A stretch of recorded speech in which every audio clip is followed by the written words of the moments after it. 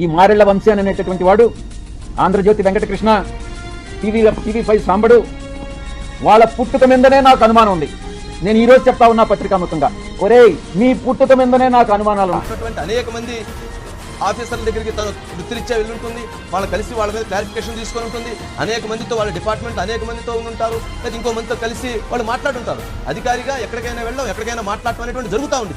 కానీ మరి ఇంతమంది అధికారులతో మాట్లాడితే వాళ్ళ మీద చేయనటువంటి అభియోగం, వాళ్ళ మీద చేయనటువంటి ఆరోపణ, ఎవరైతే సమాజంలో ఇంతమంది ఉంటే వాళ్ళ మీద ఎవరి మీద చేయనటువంటి ఎలిగేషన్, తన భర్త అయినటువంటి మదన్ మోహన్ మీ మీద ఎందుకు చేశాడు, మీ మీద ఎందుకు ఈ ఆరోపణ చేశాడు, ఇది క్లారిటీ ఇవ్వాలి, ఇది క్లారిఫికేషన్ ఇవ్వాలి. అంతేగాని వంశీ అనేటువంటి వ్యక్తిని మీరు దుర్భాషలాడినంత మాత్రాన నాకు సరే నేను పదాలు మాట్లాడను, నేను అగౌరవపరచను. ఎందుకంటే మీరు మాట్లాడినటువంటి ప్రతి అంశానికి, ప్రతి మాటకి నేను యుద్ధాన్ని సిద్ధం చేస్తున్నాను.